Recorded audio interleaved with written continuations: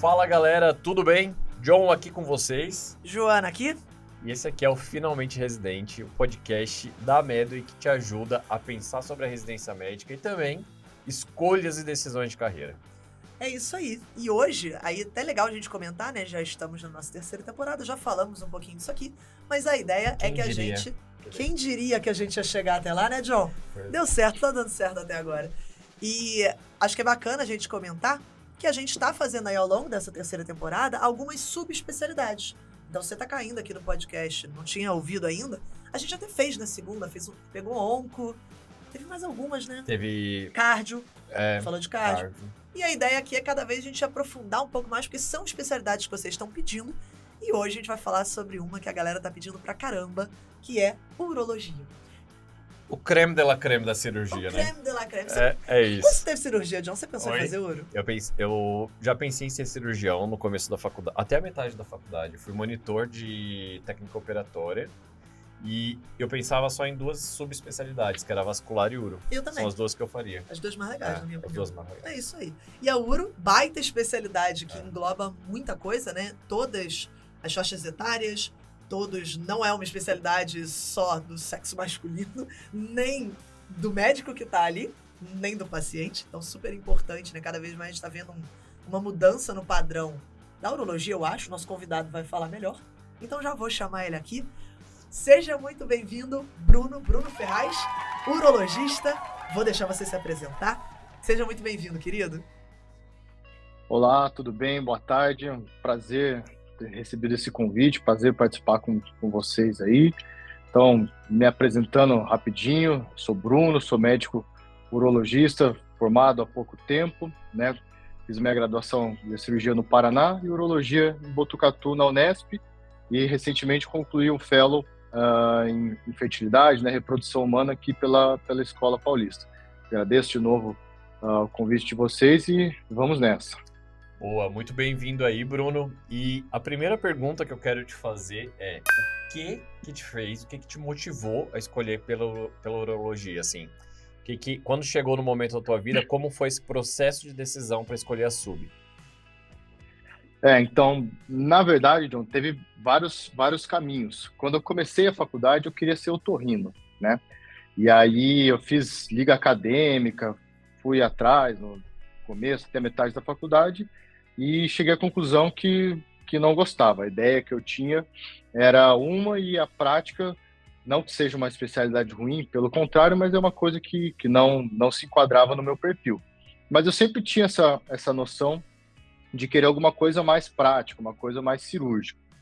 Então, já pensava em cirurgia geral e conforme foi progredindo na faculdade, lá na UFR, onde eu fiz a graduação, a urologia é uma cadeira muito forte, tanto na parte teórica, né, quando a gente tinha as aulas na graduação, o internato era muito bom também, parte prática, de ambulatório, de práticas no centro cirúrgico, o contato com os residentes, o clima em geral da especialidade, a gente notava que era muito legal.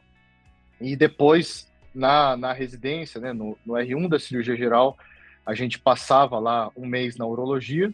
E ali, para mim, assim, quando eu tinha terminado a faculdade, já estava 90% certo. A hora que eu passei na residência foi definidor, ficou concluído. Tanto é que no R2 da geral, quando a gente tem o estágio eletivo, eu fiz o meu eletivo em urologia já pensando em conhecer serviços e dar seguimento a essa especialidade.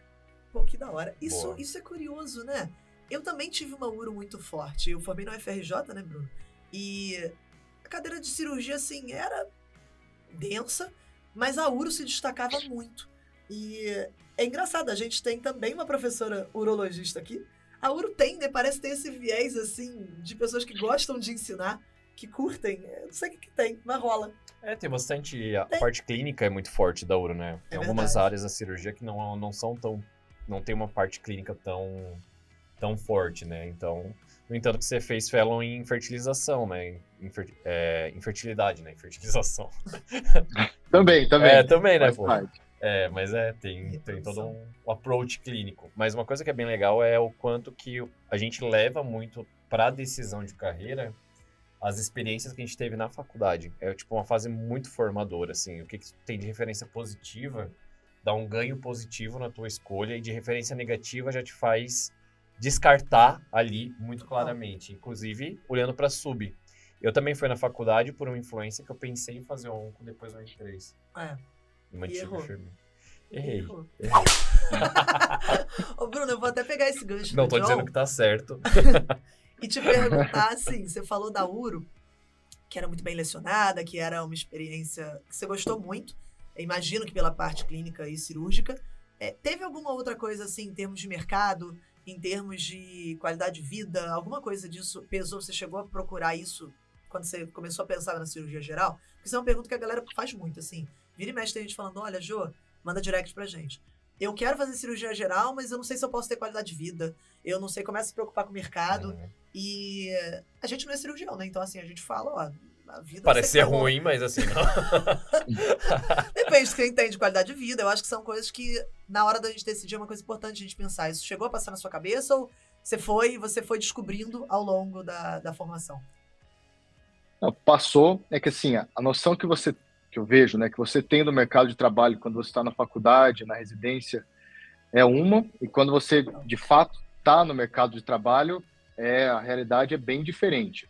Mas eu acho que muitas das escolhas que você tem na faculdade e na residência te tornam a sua vida no mercado de trabalho mais fácil ou mais complexa. Então, quando eu pensei na urologia, o que eu pensei? É uma especialidade que tem um volume cirúrgico muito interessante, tem uma área clínica muito interessante, que nem você já citou na introdução. Atende todas as faixas etárias, atende todos os gêneros, e dentro da urologia, a gente tem várias subespecialidades. Então, o urologista geral, ele é capaz de fazer muita coisa, mas especialmente para pessoas que moram em cidades, centros um pouco maiores, sempre vale a pena você focar, ter um carro-chefe com que você quer trabalhar mais, não que você deixe de fazer as outras coisas. E outra coisa que eu acho que é bem importante, que diferencia um pouco a uro das outras especialidades, é que na urologia as outras especialidades não têm tanta segurança para, entre várias aspas aqui, invadir. Então, fazendo um paralelo, uma cirurgia de hérnia, por exemplo, um cirurgião geral pode fazer? Pode. Um cirurgião do aparelho digestivo? Também. Um coloproctologista? Pode. Então, é um procedimento que ela é disputada entre várias áreas da cirurgia. Agora, na urologia, uma cirurgia de cálculo ureteral, até outras especialidades podem fazer, mas elas já estão pisando muito fora do que elas aprenderam. Então, na urologia tem muitas coisas que são bem específicas. Então, a gente lida desde procedimentos ambulatoriais de baixa complexidade até o ápice da complexidade, que é a parte robótica, a parte endoscópica, a parte de reprodução, que envolve muito laboratório, tecnologia. Então, ela lida em todos os espectros da tecnologia e de recursos também. Massa. Isso é duas coisas que você falou ali que eu acho que vale a pena ressaltar para quem está escolhendo especialidade, né? Primeiro, pensando que é o mercado, é uma disputa de mercado, você olhar para as intersecções é uma coisa importante, o fato de não invadir, por exemplo, na clínica tem áreas que não são invadidas porque simplesmente é muito distante do que a gente atua. Por exemplo, onco. Ninguém vai chegar ali e vou meter o louco, vou prescrever aqui, vou pegar um protocolo aqui, vou olhar no UpToDate, vai rolar. Não é bem assim, né? Porque você não vai bancar, tu não vai tancar essa, né? Não vai tancar. Na PED rola também, rola com cardioped, rola com neuroped. Mas na PED já fica mais embaçado isso. Uma pneumoped, a galera meio que invade. Uma alergoped, galera... Uma cardioclínica. Uma cardioclínica. Vamos, entendeu? Você aguenta, John? Você tanca? Eu tanco um pouquinho. E uma outra coisa que também é interessante é que quando você define uma área de atuação, quando você vai ali, por exemplo, fazer um fellow ou vai para uma sub, um negócio que as pessoas às vezes pensam antes de viver é do tipo, não, eu só vou fazer isso agora a partir de agora. Não, sabe? É uma área a mais de atuação, onde você vira uma referência, mas o teu consultório, ele acaba com essa heterogeneidade ainda de casos e de pacientes. Obviamente, às vezes pode inclinar mais conforme vai abrindo ali a ramificação, mas não é uma coisa excludente, assim. Isso é bem interessante. Total. Ô, Bruno, deixa eu emendar aqui e te perguntar o seguinte. Falando um pouco agora da especialidade em si, da residência, como é que é? Porque a gente falou que é uma área muito ampla. Os estágios na UFPR, na Unesp, perdão, na Botucatu, como é que eram? Eram estágios de um mês? Você rodava, tinha estágio de uroped, de uro feminina, reprodução? Não sei. Tô aqui pensando. Tinha estágio de cálculo, de litíase? Não sei. Como é que funciona aí essa especialização? Então, vamos lá. Cada residência ela é montada de uma maneira de muito tempo, muito trabalho. Então, cada serviço tem suas particularidades. Uhum. Falando do que eu conheço, que é da Unesp, então, a urologia ela é sempre dividida em 3 anos, né? R3, R4, R5, ou R1, R2, R3, como preferirem. E o R3, geralmente, ele fica com aquilo que ninguém quer fazer. Então, lá na Unesp, a gente ficava com o pronto-socorro, né, que era o maior movimento. A região lá de Botucatu é uma região muito carente, o perfil socioeconômico é muito baixo, então as pessoas, infelizmente, elas são muito dependentes do SUS e muitíssimo dependentes lá da faculdade. A gente falava, até em tom de brincadeira, que nenhuma pessoa na região inteira de Botucatu tinha uma cólica renal sem que a Unesp soubesse, porque nas cidades pequenas não tinha nenhum recurso. Então, era um pronto-socorro em que o médico tinha lá um raio-x das 8 ao meio-dia e exame de sangue, às vezes exame de urina. Então, não tinha muito o que fazer em termos de diagnóstico. Então, quando tinha uma suspeita, acabava encaminhando lá para a gente. Então, esse era o volume mais bruto do R3. Além do pronto-socorro, a gente ficava com as interconsultas hospitalares. Então, de todas as especialidades, né? Atendia o hospital todo. Uhum. E aí fazíamos muitos ambulatórios, a gente participava de praticamente todos, e o volume cirúrgico nosso. A nossa responsabilidade eram as cirurgias ambulatoriais e de pequeno porte, que eram feitas, não era no Hospital de Clínica de Botucatu, tem um hospital estadual que é só para esse tipo de procedimento. Então, vasectomia, postectomia, algumas cirurgias infantis tranquilas, cirurgia para incontinência urinária, né, sling, e a gente ficava nas urgências, e como R3 você fica ali sempre esperando uma migalhinha que alguém vai te jogar. Então, às vezes, pintava alguma coisa que a gente fazia, e o que é um carro muito forte da Unesp, que o pessoal que é aqui de São Paulo, do interior, conhece, é o transplante de rim. Eu falo até para colegas que fazem residência aqui em São Paulo ou no Paraná, que o nosso contato lá com o transplante renal, ele é muito grande desde o R3. A gente começa fazendo o transplante, tanto as anastomoses vasculares quanto do ureter, já no R3, e assim, no final do R3, faz o residente e o professor, o preceptor, fazem um transplante inteiro, que é uma coisa que é exceção nas outras residências. Na maioria dos serviços, por exemplo, o R3 faz um pedacinho, o R4 faz um pedaço, o R5 faz outro. E lá na Unesp, como tem muito transplante, ao fim do primeiro ano já de residência, você sabe tranquilamente ajudar, sabe os passos principais do transplante. Então, esse para mim é o grande diferencial lá da residência. Massa. Quando ele falou o R3 faz o pedacinho, eu já pensei, qual que é o pedacinho do R3 nos outros lugares, né? Preencher papel e carregar a caixa. Esse faz. Carregar a caixa no transplante e quebrar o gelo também. Quebrar o gelo. Pra acomodar o vinho. Muito maneiro, pô, que irado. E aí, no R4 e no R5, o que muda? O que mais que começa a vir? E aí eu vou te perguntar, inclusive, de carga horária. O que muda, assim? Eu imagino que o R3 não seja um R3 tranquilo. Pelo que você ele tá falando, não pareceu de boa. Só da descrição não é. Não. Então, e o tom de voz também, uma memória meio... Rolou um olhar distante, assim, será? É interessante. Um conceito interessante do R3 é que, por exemplo, nas interconsultas, né, o pessoal da clínica, das outras cirúrgicas, eles pedem a sua avaliação, só que o pessoal não sabe que você, na verdade, é um R2 que passou numa prova. Então, de uro mesmo, da vivência, no começo você não sabe absolutamente nada. Você vai lá, vê o caso e pergunta para alguém que está na sua frente. Então, R4, R5 ou o professor. Então, no começo... É um duplo cego, né? Depois, com o tempo, você vai vendo os casos, vai pegando mais experiência, a coisa vai ficando mais tranquila.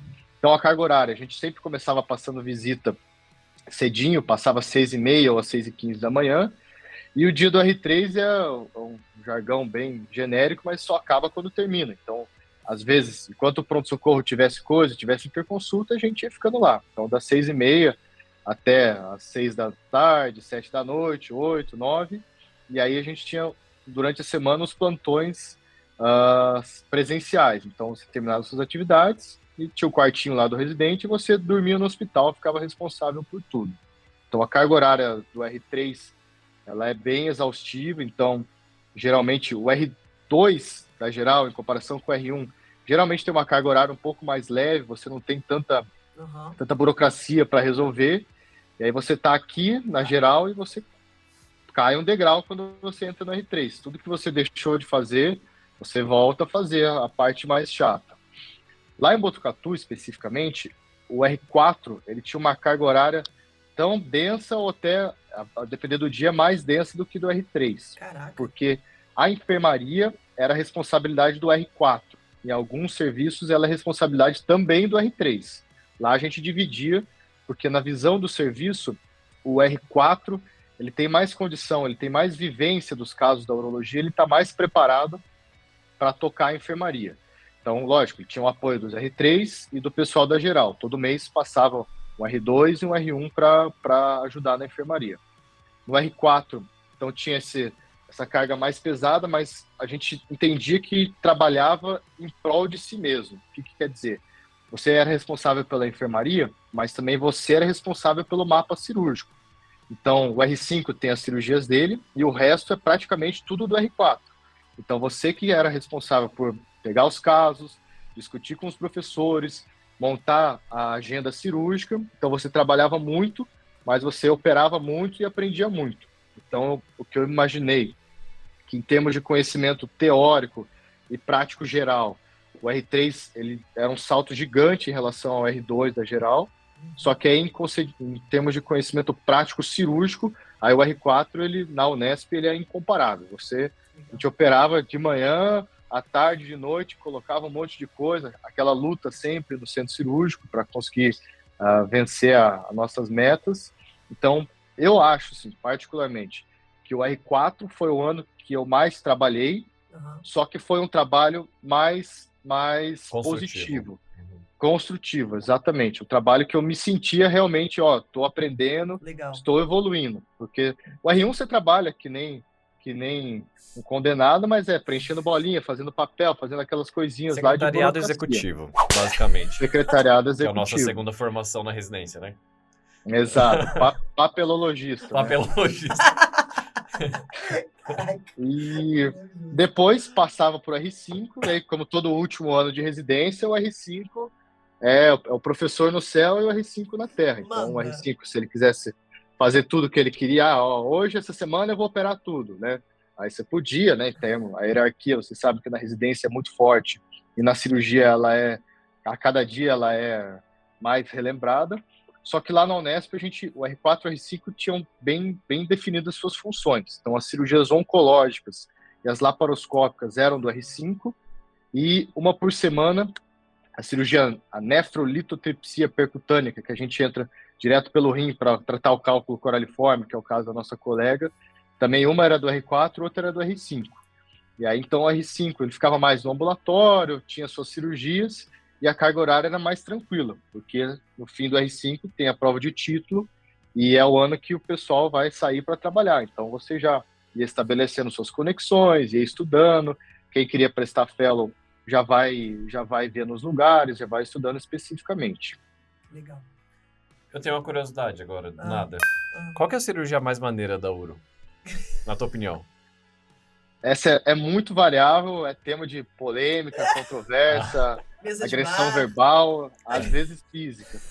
Porque tem muitas subespecialidades. Então, por exemplo, vou dar um exemplo aqui, que é um exemplo prático da minha residência. O meu R igual, né, na Unesp são 2 por ano.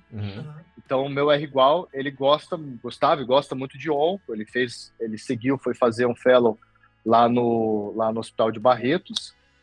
E a cirurgia favorita dele era a prostatectomia radical, né, para tratamento de câncer de próstata. Adorava.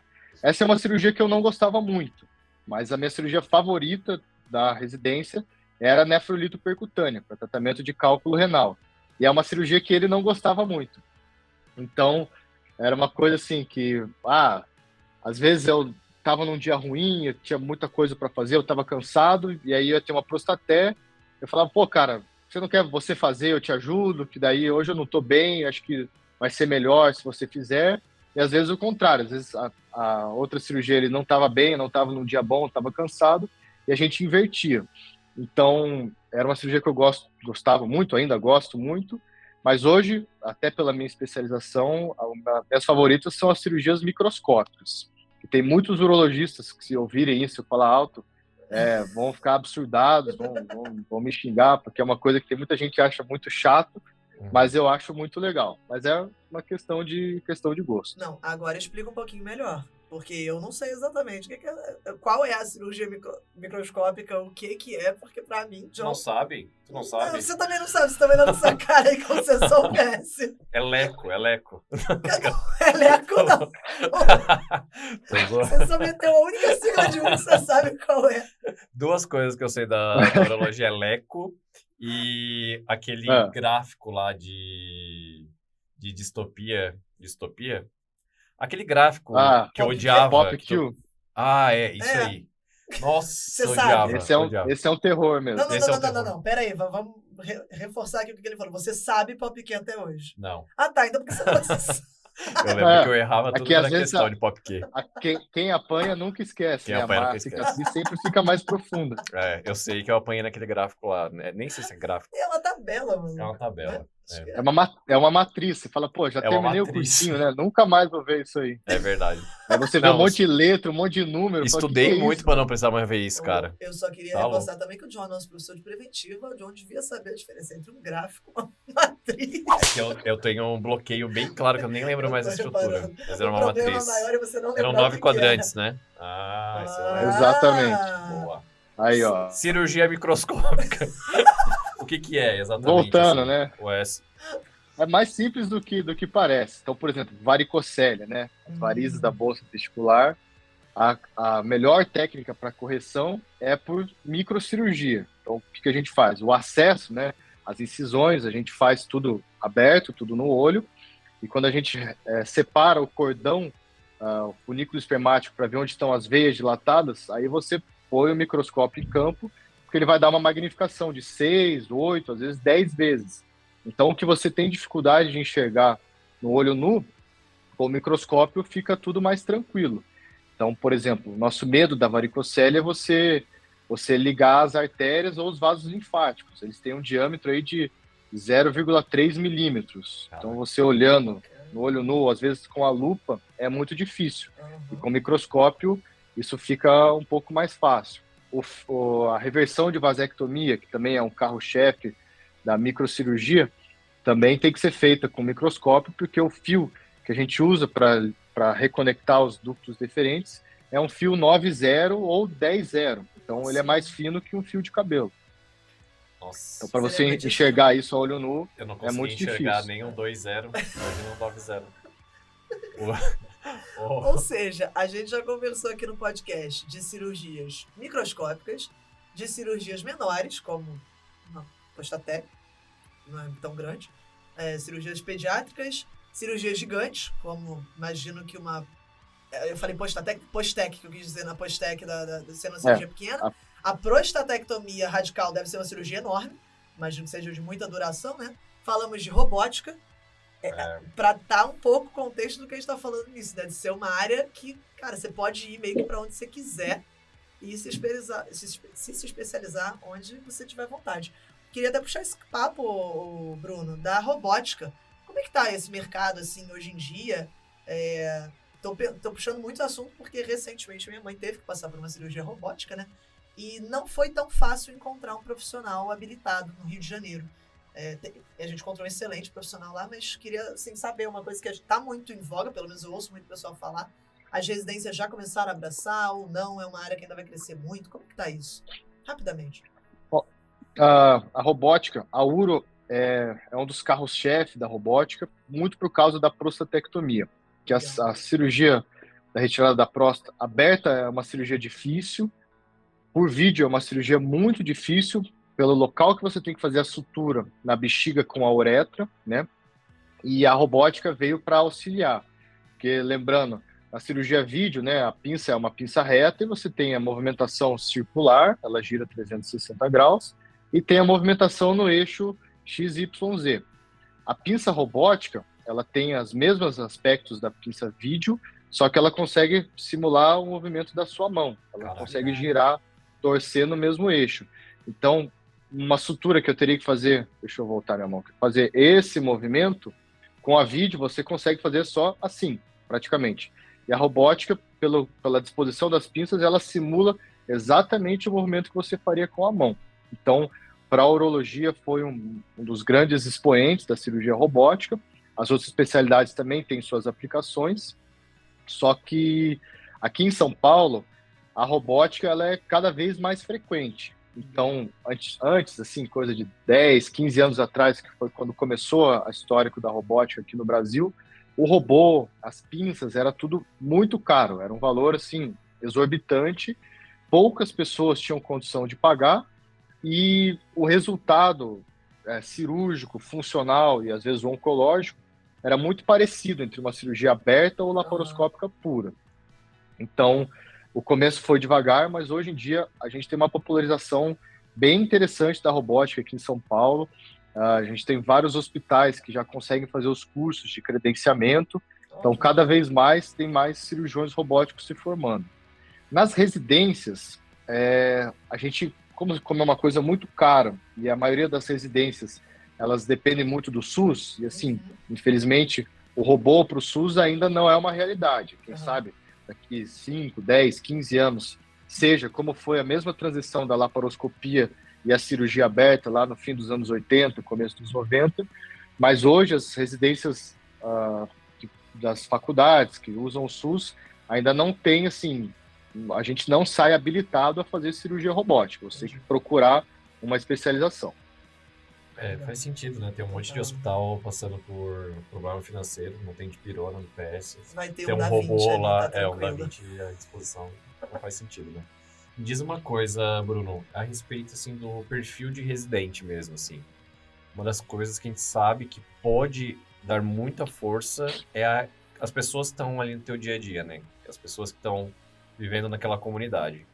E se eu fosse mulher, eu acho que uma das coisas que eu gostaria de perguntar é como que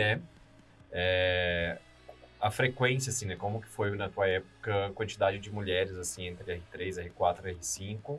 E se por um acaso teve, se ela sofreu alguma coisa, se teve algum problema, assim, em relação a se inserir nesse meio, assim, de uma forma geral.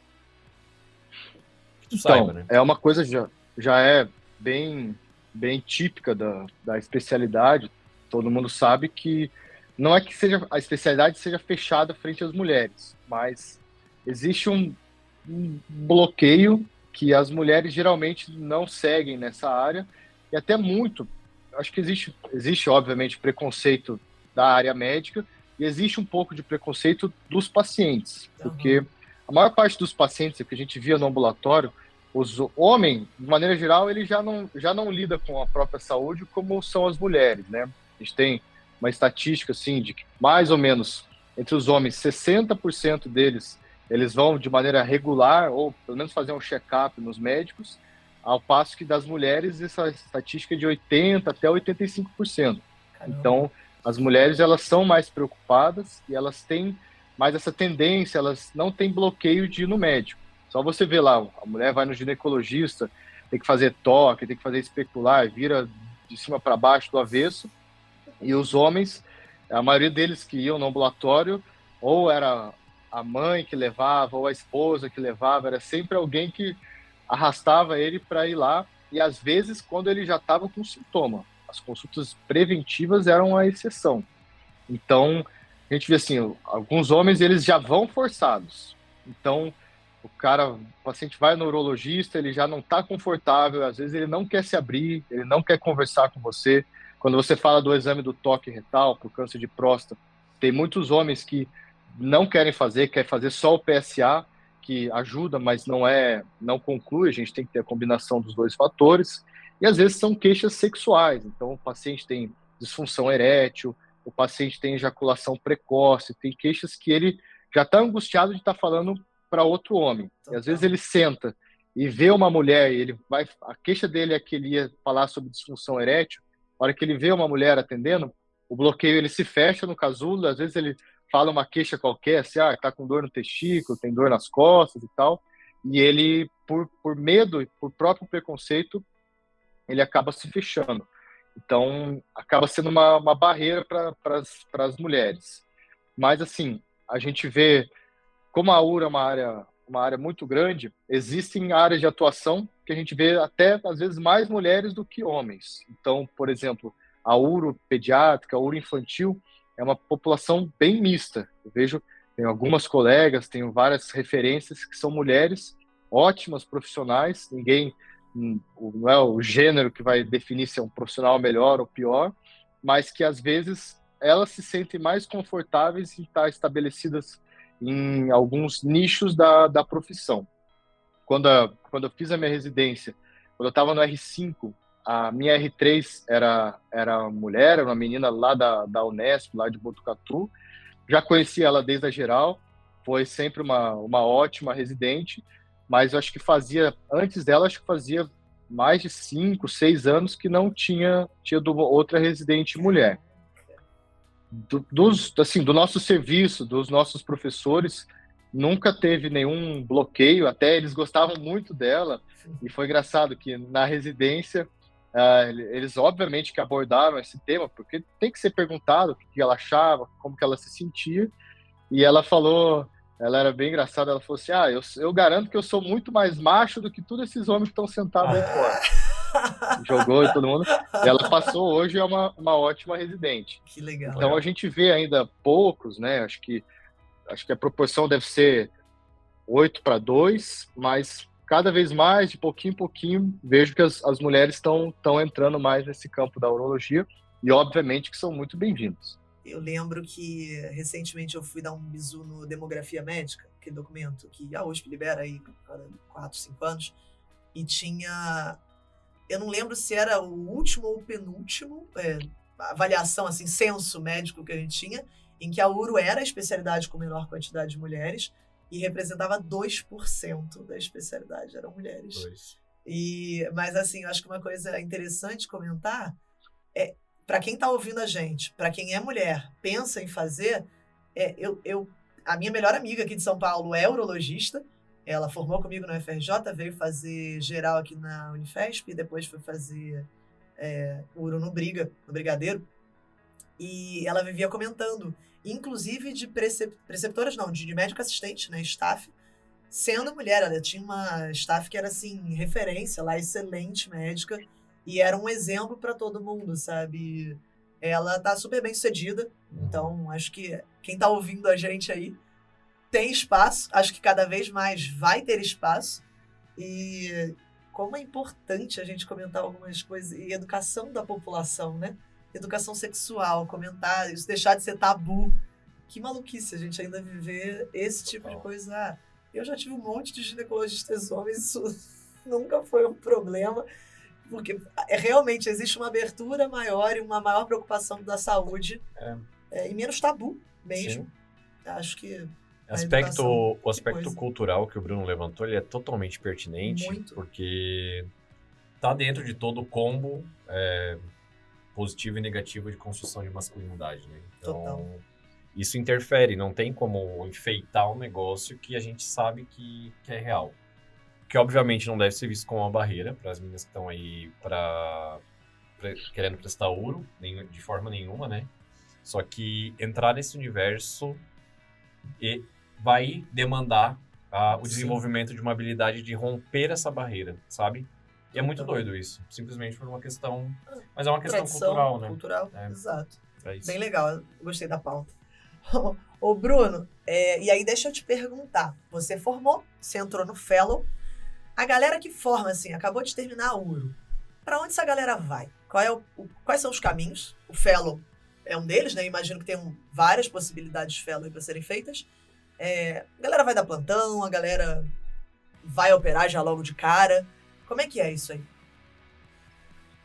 Isso é muito variável. Eu sempre penso assim que um urologista ele cabe em qualquer lugar, porque qualquer cidade que você for, qualquer espaço, vai ter um movimento, vai ter pessoas com doenças mais leves, mais graves, então é uma especialidade que ela se encaixa em praticamente qualquer cenário. Por exemplo, a gente estava discutindo antes aí, o oncologista.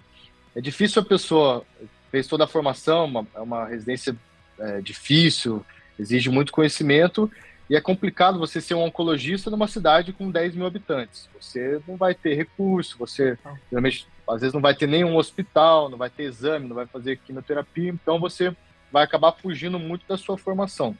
Agora, um urologista numa cidade com 10 mil pessoas, pode ser, ele cabe, e numa cidade que nem São Paulo, com milhões, também cabe. Então, aí vai muito do que a pessoa vai construindo ao longo da residência. Então, como assim? Às vezes, quem entra na residência, isso acontece com algumas pessoas, já entra com foco assim, vou fazer porque eu quero ir para tal lugar, o meu pai é médico, meu irmão é médico, tenho um amigo que se formou e que já tem um norte, já tem aonde trabalhar. Então, para essas pessoas que já têm uma ideia do que eles vão fazer, uma ideia até bem pavimentada, só com a formação geral do urologista, ele já está apto a trabalhar, atender 80%, 90% aí dos casos urológicos sem nenhum problema, e às vezes alguma coisa que é mais específica, que é mais difícil, ele tem que acabar referenciando para centros maiores. Mas a minha opinião, assim, se você quer trabalhar numa cidade maior, que seja uma referência regional, ou às vezes até do estado, hoje, cada vez mais vai sendo mais importante você ter uma subespecialidade, você ter um carro-chefe, porque é uma coisa que eu brinco. Às vezes eu falo, eu sou urologista e eu sou especialista em vasectomia. Ok, se eu saio na rua ali e chacoalho uma árvore, vão cair 2, 3 que são melhores do que eu. Então eu tenho que ter alguma coisa diferencial, alguma coisa que eu possa oferecer para um serviço, para uma equipe e principalmente para os meus pacientes, que me faça destacar um pouquinho do restante dos profissionais. Total. Então, pode ser, você sendo urologista geral, você vai ter visto diversos tipos de cirurgia e, assim, infelizmente, tem coisas que você vai fazer bem e tem coisas que você não vai fazer bem. E você tem que saber quais são os seus fortes, quais são os seus fracos, para poder se encaixar em equipes, em serviços que valorizem. Então, puxa, que nem eu falei anteriormente na pré, eu não sou muito bom com a parte infantil, não é a minha vocação, não entendo muito. É um pós-operatório. A criança é uma entidade completamente diferente do adulto, então é uma coisa que eu não sinto segurança de fazer grandes procedimentos, casos complexos infantis. Então tem que procurar uma equipe em que alguém saiba fazer melhor do que eu, ou conhecer profissionais que eu possa encaminhar um caso que eu não me sinta seguro. Total. Em cidades maiores, eu acho que, óbvio, se você tiver uma formação boa na faculdade, na residência, na especialização, isso vai te ajudar, mas o tal do network, né, você conhecer as pessoas, você conhecer quem trabalha nas áreas cirúrgicas, desde a residência, a hierarquia ela é muito forte. Isso no mercado de trabalho, você pode ser formado, o seu primeiro no vestibular, o primeiro da turma, ganhar prêmio, etc. Quando você sai no mercado de trabalho, uma pessoa que está 5 anos na sua frente, ela vai ser mais procurada porque ela está 5 anos na sua frente. Infelizmente, você não teve como nascer 5 anos atrás. Então, os pacientes, eles preferem um pouco mais de experiência e de vivência. Então, eu vejo assim, durante a residência, se as pessoas conseguirem, por exemplo, em congresso, ou conheço pessoas que conhecem pessoas, e você já ir procurando algumas equipes, vendo alguém que está com alguma brecha, alguma coisa que você possa entrar para acrescentar, esse para centros maiores, para mim, é o melhor caminho, para você poder trabalhar com a urologia. Quando a gente se forma e sai para trabalhar em centros médios e maiores, é muito difícil você trabalhar especificamente com a sua especialidade. Então, o que a gente vê, né, com enorme frequência é o médico terminou as residências todas, uro, gastro, vascular, mas você tem que almoçar e jantar, você tem que dar plantão, você tem que ganhar o seu dinheiro. Então, no começo, porta da geral.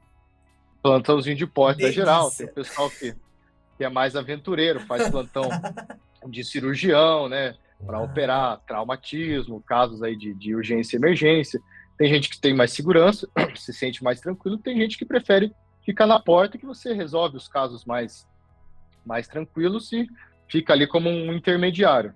Então, essa hoje, para os grandes centros, é a realidade. É muito difícil você terminar a sua residência e ficar só na sua área de atuação. Legal. No começo, você tem que andar com a bicicleta de rodinha. Muito bom. Bruno, falando um pouco mais agora sobre a vida por fora da urologia, né, de uma forma geral. Você falou que é uma carga horária bem puxada, né? Só que o salário de residente se mantém o mesmo e o paladar não retrocede. A gente vai aumentando ao longo do tempo. Você dava muito plantão fora? Como é que era isso para se manter ao longo desses 3 anos, né? Na urologia, no primeiro ano, no ano do R3, era mais difícil, assim, como a carga era muito puxada, tinha muito plantão noturno e de fim de semana, então era assim, era salpicado, fazia 1 plantão, 2 por mês às vezes, era bem mais complexo. A partir do momento que você vai progredindo, você vai tendo mais tempo, tem mais finais de semana, e você vai trazendo para si algumas outras demandas. Então, puxa, o cara quer trocar de carro, quer fazer algum investimento, alguma coisa pessoal, ou realmente quer só juntar dinheiro, você vai tendo mais janelas, e você tem uma coisa que era muito ruim, mas faz parte do jogo, na rotina da R3, é que você sabia só quando que o seu dia ia começar. Quando ia terminar, ninguém sabia. Então era difícil você assumir um compromisso não sabendo que horas que você ia sair do hospital, se você ia sair, como é que você ia começar no outro dia. Então essa era a maior dificuldade. Aí, a partir do R4, depois no R5, com mais tempo livre, eu conseguia fazer plantões lá na região. Na maioria das vezes na residência, você faz plantão de clínico geral, né, de médico generalista, pronto-socorro, às vezes emergência. Tinha gente que fazia plantão em UTI, né, quem tem formação especialista, então anestésio, clínica ou cirurgia geral, você está habilitado a fazer plantão de UTI. E algumas pessoas também, você pode fazer algumas cidades menores tem ambulatórios, então fazia ambulatório de cirurgia, via os casos gerais, caso de hérnia, caso de cálculo na vesícula. Então a gente tentava trabalhar do jeito que você complementasse a sua renda, mas aí você não pode também fazer do plantão fora a sua rotina, porque a partir do momento que você começa a ficar muito cansado, você não consegue render mais na sua residência, você não consegue mais estudar, você tem que repensar, porque o dinheiro, no ano seguinte, se você quiser, me formei, quero fazer só plantão todo dia, beleza, você vai conseguir porque você não tem o compromisso da residência. Só que você não vai ter mais o respaldo da residência, de ir lá, ver os casos, ter o tempo para estudar, ter os professores ali à sua disposição.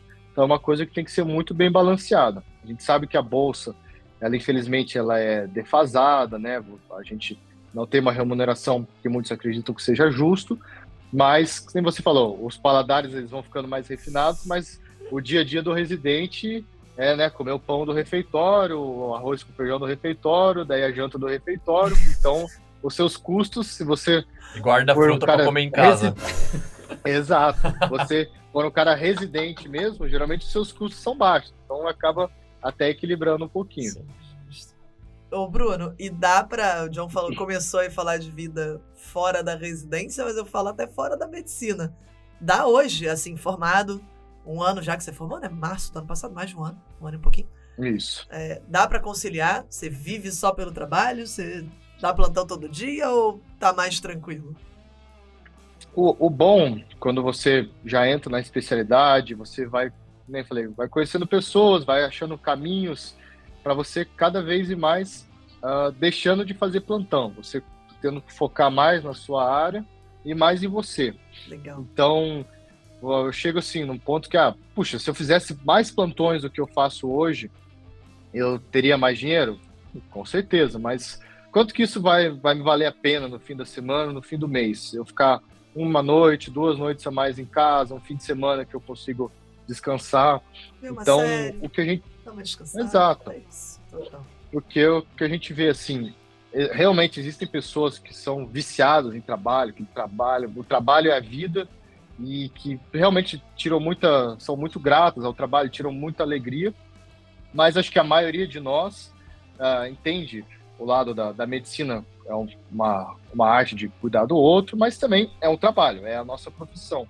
Então, ainda mais quando você cai no mercado de trabalho, no mundo mais privado, algumas preocupações e responsabilidades que você não tinha na residência, você passa a ter. Então, uma coisa que eu tenho visto, assim, por exemplo, pós-operatórios, coisas que a gente operava, até coisas simples que você operava na residência, você via fotografias. Então, eu operei esse paciente hoje, aí ele vai voltar no retorno daqui 10 dias, daqui 30 dias. Então, tudo que aconteceu do dia 0 até o dia 10, às vezes você nem ficou sabendo. O paciente voltou lá para a cidade dele, ele pode ter tido uma intercorrência, que foi no pronto-socorro, etc. E você só vai saber o que aconteceu no retorno. Quando você está no mundo privado, então você faz um procedimento, segue os casos, você tem o contato, o paciente tem o seu contato, você operou, o paciente vai te mandar notícias, às vezes boas, às vezes ruins, isso vai tirar uma angústia. Então, ao invés de você ter uma foto, você tem um vídeo que você fica olhando com uma lupa. Então, isso traz uma carga de responsabilidade e preocupação que eu acho que é uma coisa que a residência acaba não preparando. Você se preocupa com outras coisas na residência e agora você tem uma demanda nova. Então, se você vive em função do trabalho e você não tira um break, um dia para pensar em você mesmo, é impossível, assim. Eu acho que todo mundo, a gente vê muito esse conceito de burnout, de cuidado com a saúde mental, que você durante a residência pode achar que é frescura, é bobeira, eu consigo, mas se você fica... Eu acho que é que nem dirigir um carro de Fórmula 1. Se você fica forçando o motor, uma hora ele não vai aguentar. Ele vai espanar e aí você pode trazer consequências graves para a sua saúde e para a sua responsabilidade profissional. Então, eu acho importante você, sim, ter uma vida fora da medicina. Tem muita gente que eu já vejo em entrevistas, o que você faz fora do trabalho? Eu estudo, eu leio. Ok, faz sentido, a gente tem que estar sempre se atualizando, mas eu acho que todo mundo tem que ter, nem que seja um período da semana, lá, uma manhã, uma tarde, um dia do fim de semana, em que você pega o seu cérebro, põe aqui de ladinho e fala, hoje eu vou sentar aqui e assistir uma série de cabo a rabo, vou ver Masterchef. Hoje eu vou no cinema lá, comer pipoca, vou fazer exercício, não vou pensar em nada. Jogar um videogame. Exatamente. Senão, ninguém, o ser humano, a gente está preparado para aguentar o estresse agudo, mas o estresse crônico, ninguém consegue segurar por muito tempo.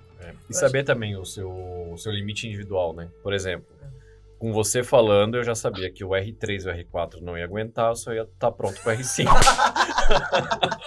Entendeu? Eu achei engraçado o John sendo limite. modesto, você falando, a gente vê o Masterchef. Nossos ouvintes têm que saber que o John é o Masterchef. Quando é que você vai entrar no Masterchef, John? Cara, 2025. Fechou. Eu vou entrar. Tá pleiteando. A gente vai estar na 10ª temporada. Vou ser eliminado no primeiro episódio. Vai nada. Nossa senhora, a comida do John é maravilhosa.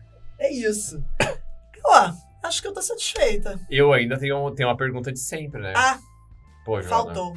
Faz aí, tu que é uma pessoa... Mais cara de pau? Como é que é tua essa? Você falou, Bruno, Isso é ridículo, John. Você falou do pós-residência.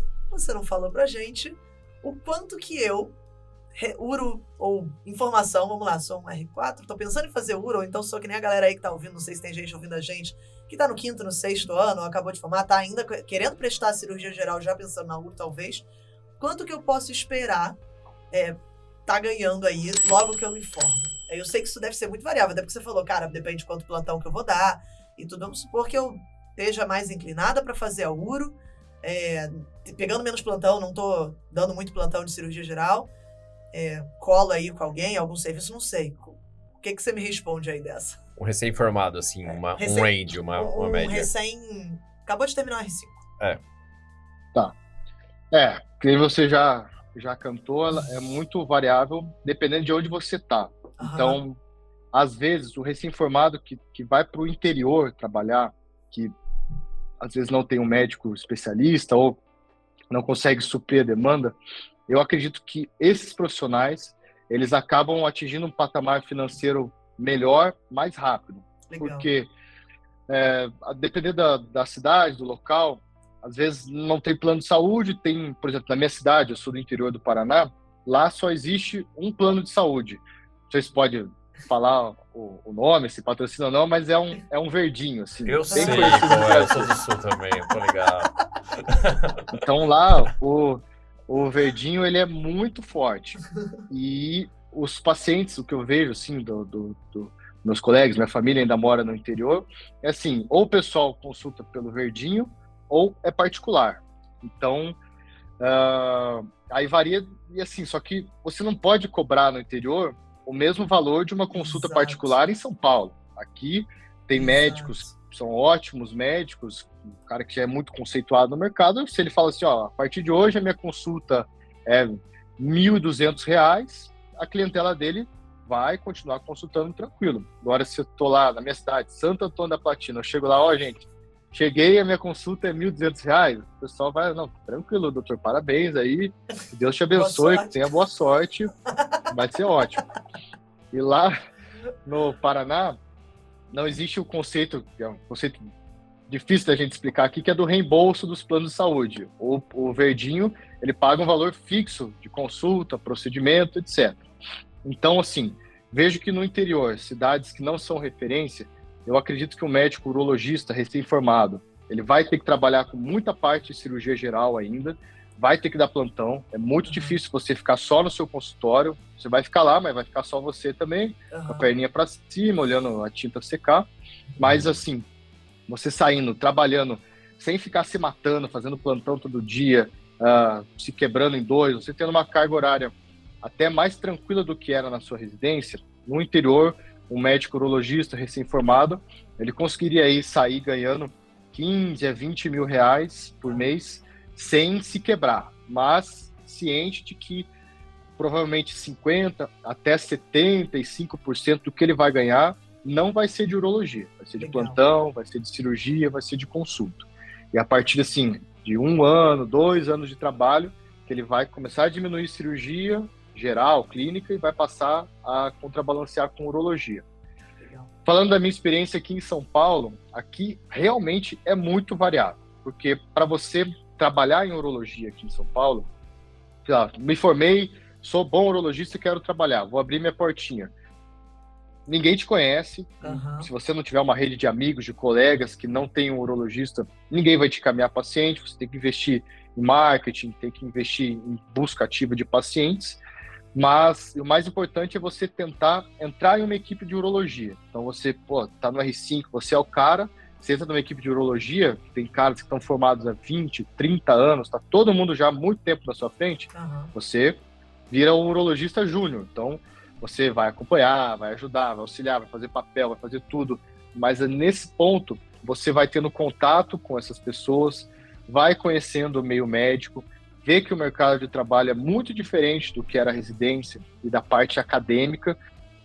Às vezes você via coisas dos professores que na realidade é um pouco diferente na prática, e a partir daí você vai conseguindo espaços. Então, falo por experiência própria. Eu tive muita sorte de conhecer uma equipe ótima de urologia, que eu estou trabalhando já, está dando praticamente 2 anos, e foi assim, começava, auxiliava, ajudava, depende muito, assim, tem procedimentos que você vai receber por ser auxiliar, tem procedimentos que não, então você vai lá, ajuda igual. Eu fazia assim, era como se fosse um programa de voluntariado, ia lá, ajudava meus 2 colegas, se eu recebesse, puxa, legal, excelente, se não, eu estava lá operando, estava lá em campo, estava conhecendo hospitais, estava aprendendo, aprende muito da vida particular, de procedimento, código, exame, como é que funciona o hospital, como é que funciona a liberação. E aos poucos, quando você vai adquirindo confiança dessas equipes, os chefes, os seus colegas mais experientes, eles vão vendo que você é uma pessoa dedicada, você é um bom profissional, você ajuda, você é confiável, você está lá quando precisa. Aos poucos, puxa, às vezes ele tinha um trabalho lá, um ambulatório, não sei aonde, que ele já estava de saco cheio, já não conseguia mais conciliar. As pessoas, elas às vezes vão te buscar, falam, puxa, estou com esse emprego aqui, o que você acha? Você quer fazer? É legal para você? E a minha mentalidade é assim, quando meus chefes chegavam assim, poxa, Bruno, eu estou com esse emprego aqui, quando ele ia fazer a pergunta, eu falava, eu quero. Depois eu via lá o que era, se era bom, se era ruim, mas falava, passa tudo, a gente começa tudo, depois você vai filtrando. Legal. Em São Paulo, especificamente, você tem muita opção de plantão. Então você pode dar plantão praticamente do que você quiser. Eu quero ser médico plantonista do condomínio no Alphaville. Tem. Quero trabalhar na ambulância, remoção. Tem. Quero trabalhar não sei o que atende eventos. Beleza. Quero fazer plantão de clínico, de emergencista, UTI, cirurgião, cirurgioide, né, que é o de porta. Então, tem muito plantão.